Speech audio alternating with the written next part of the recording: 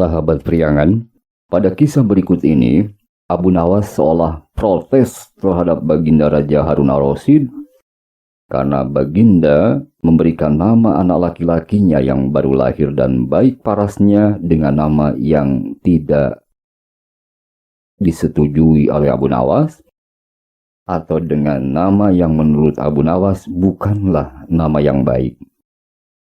Bagaimana kisahnya? Ceritanya begini, teman budiman. Pada suatu masa, Sultan Harun al-Rasyid dikaruniai Allah Subhanahu wa Ta'ala seorang anak laki-laki yang terlalu baik parasnya. Maka Baginda pun segera menyuruh hambanya memanggil Ja'far untuk menanyakan siapa kiranya nama yang cocok untuk anak itu. Setelah Ja'far datang, ia pun menghadap kepada Baginda serta membuka ramalannya. Menurut pendapat Ja'far, nama yang baik untuk putra laki-laki Baginda itu adalah Polan. Pada suatu hari diperintahkan oleh Sultan Harun al-Rasyid untuk menghimpunkan sejumlah menterinya, juga para pembesar kerajaan, saudagar cerdik pandai serta rakyat umum ke istana kerajaan Baghdad. Adapun yang menjadi sebabnya, Baginda Raja hendak menjamu mereka dengan makan dan minum serta hendak menyatakan nama putra Baginda Raja itu. Dan hanya Abu Nawas seorang diri saja yang tidak diundang oleh Baginda. Ia tidak disuruh dipanggil oleh Baginda. Akan tapi tak kalah sekalian orang telah duduk teratur di istana hendak melakukan makan minum, tiba-tiba Abu Nawas pun datang. Kemudian segera ia menghadap kepada Baginda Raja Harun al-Rasyid dan memberi salam kepada sekalian tetamu yang hadir di perjamuan itu. Walaupun heran, Baginda Raja segera bertanya kepadanya, "Wahai Abu Nawas, mengapa engkau datang kemari? Siapa pula yang memanggil engkau Abu Nawas?" Abu Nawas menjawab dengan penuh takzim, "Ampun Baginda yang mulia. Tuanku, hamba mendengar bahwa tuanku mendapatkan seorang anak laki-laki. Terlalu baik parasnya. Syukur alhamdulillah Baginda. Siapakah gerangan tuanku menamakan dia?"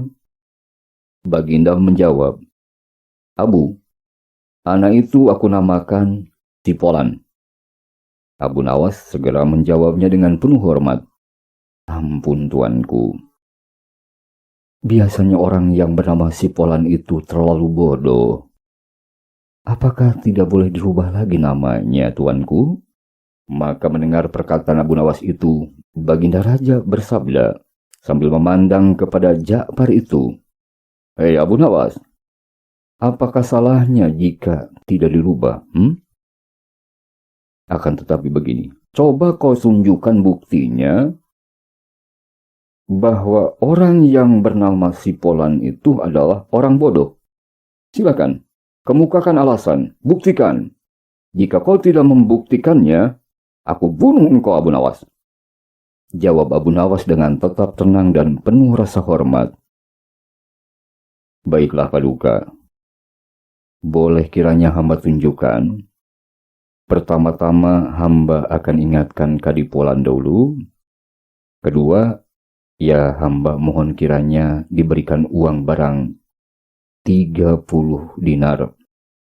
Serta hamba mohon tangguh waktu sekitar 4 hari Paduka." Baiklah. "Abu, lain daripada itu, engkau minta makan bersama-sama di sini bukan? Tanya Baginda sambil tersenyum. "Makanlah dahulu Abu. Nanti kuberikan uang yang kau minta." "Demikian," kata Baginda Raja. Syahdan pada keesokan harinya sekitar waktu subuh, Abu Nawas segera pergi ke rumah Kadi yang bernama Polan dengan membawa uang sekitar 10 dinar. Setelah sampai di sana dilihatnya bahwa Kadi itu sedang berzikir dengan sangat asyiknya. Dengan segera Abu Nawas memberi salam dan duduk di dekat Kadi itu. Dilihatnya Kadi itu oleh Abu Nawas sedang memejamkan matanya. Kemudian dengan perlahan-lahan dan hati-hati Abu Nawas itu memasukkan uang dinarnya ke bawah tikar tempat Kadi itu sembahyang. Setelah selesai kadi itu berzikir, berkatalah ia kepada Abu Nawas, "Wahai Abu Nawas, dari mana sajakah engkau dan apa maksudmu datang kemari?" Abu Nawas menjawab, "Hamba dari rumah saja, Tuan. Hamba hendak bertemu dengan Tuan hamba, sebab hamba sudah sangat rindu." Demikian kata Abu Nawas. Maka duduklah keduanya bercakap-cakap. Tak berapa lama kemudian terdengarlah kicau burung. Setelah didengar oleh Abu Nawas itu adalah kicau burung, ia pun tertawa terbahak-bahak. Maka kadi itu bertanya dengan penuh keheranan, "Abu Nawas, mengapa engkau tertawa-tawa? Ada apakah?" Abu Nawas menjawab, "Tuan, tidak ada apa-apa. Hanya karena hamba dengar bunyi kicau burung itu." "Mengapa? Mengapa? Apa alasannya?" "Begini, Tuan hamba.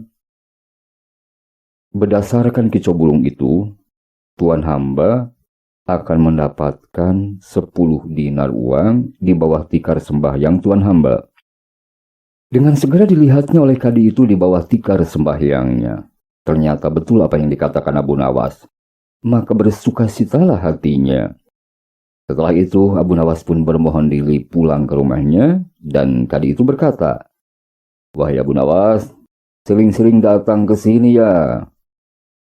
Jawab Abu Nawas, insya Allah Tuan hamba, jika hamba tidak ada udzur."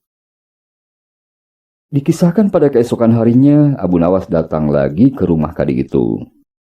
Kemudian, seperti kemarin halnya, dan disimpan lagi uang di bawah tikar sembahyang dari kadi itu.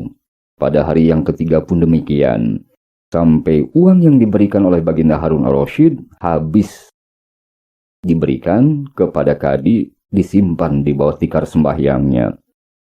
Akhirnya percayalah kadi itu kepada Abu Nawas, sehingga setiap perkataan Abu Nawas tidak pernah disangkalnya lagi oleh kadi itu.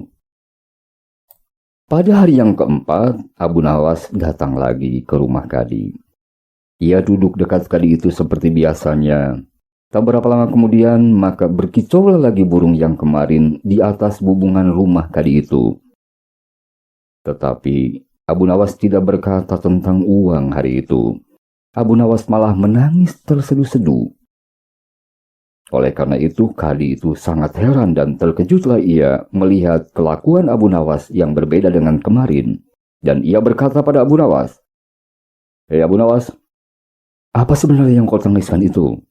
Abu Nawas menjawab, "Hamba mendengar kicau burung itu, Tuan. Katanya Tuan hamba akan mati."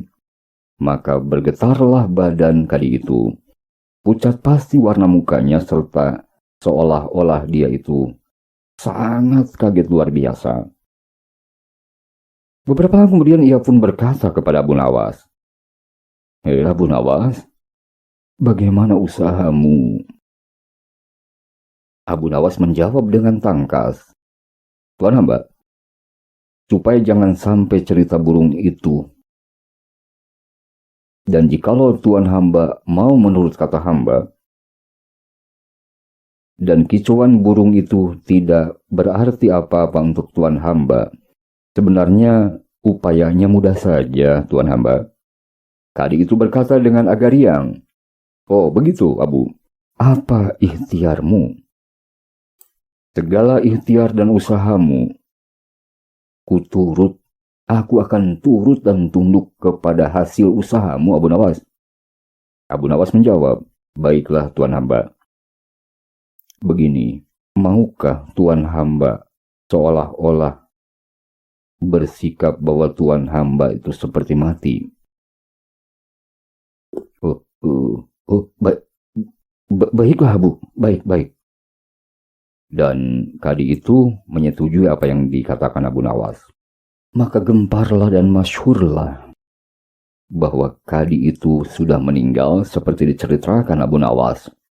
Kemudian orang-orang pun berkumpul dan datang ke rumah kadi itu untuk menyatakan bela sungkawanya serta rasa herannya sebab kadi itu tiba-tiba mati. Sakitnya pun seorang tiada yang tahu. Syah dan mayat itu dimandikan oleh Abu Nawas sendiri dan dikafaninya sekali. Setelah selesai kemudian dimasukkan ke dalam usungan dan disembahyangkannya. Kemudian beramai-ramai orang-orang pun mengangkat kadi itu ke kuburan. Dan orang-orang alim ratib beramai-ramai membaca La ilaha illallah sepanjang perjalanan.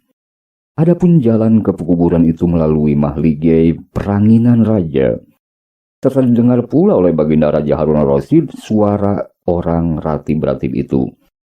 Maka baginda pun segera menoleh ke arah bawah, kemudian bertanya, mayat siapakah yang diusung itu? Dengan segala pertanyaan baginda dijawab oleh Abu Nawas dengan penuh takjim. Daulat, tuanku, mayat kadipulan tuanku. Maka Sultan Harun al-Rasyid terperanjat kaget. Serta beliau bersabda, hei Abu Nawas, bawa masuk jenazah itu dahulu. Wahai sahabatku, apa penyakitmu yang membawa matimu ini? Aku tidak tahu sama sekali. Kemudian dibawa oleh orang-orang jenazah kadi itu ke hadapan baginda Raja Harun al-Rasyid. Setelah dibuka tutupnya oleh baginda, kelihatan kadi itu mengejap-ngejapkan matanya dengan penuh rasa malu. Maka baginda berkata kepada Abu Nawas, hei Abu Nawas, mengapa kadi ini masih hidup? Sedangkan engkau menyatakan bahwa kadi itu sudah mati. Abu Nawas menjawab dengan penuh hormat, Paduka yang mulia, itulah tanda kebodohan orang yang bernama Sipolan itu, tuanku. Baginda heran. Ia terlalu heran memperhatikan perbuatan Abu Nawas yang aneh seperti itu. Juga orang-orang yang mengiringkan jenazah kadi itu, semuanya tercengang-cengang. Mereka takjub tak terperikan. Ada juga yang memuji-muji kehalusan bagaimana tipu muslihat seorang Abu Nawas. Tapi tidak sedikit pula orang-orang yang menyumpah-nyumpah kelakuan Abu Nawas. Katanya, karena kejenakaan seperti itu, apalagi kepada baginda Raja Harun al-Rasyid pemimpin negeri Baghdad, benar-benar sudah sangat melewati batas. Akan tetapi, teman budiman, baginda dari hari ke hari semakin yakin dirinya terhadap kecerdikan dan terhadap kebijaksanaan Abu Nawas kawannya. Bahkan bukan hanya segala kecerdikan dan kebijaksanaan Abu Nawas saja, lebih-lebih lagi segala kejenakaannya, meskipun kadang-kadang terlalu kasar, tapi dipikir-pikir ternyata bermanfaat juga kepada dirinya dan kepada kedaulatan baginda sebagai raja di kerajaan Baghdad. Oleh karena itu baginda punya niat khusus di dalam hatinya bahwa beliau akan memberi suatu hadiah yang layak atau pantas kepada Abu Nawas. Segala dendam baginda Raja Harun al-Rasyid hilang sirna sudah, berganti dengan rasa belas kasihan kepada Abu Nawas. Sungguh pun demikian teman budiman, namun percobaan akan tetap diadakan oleh baginda terlebih dahulu. Demikian teman-teman.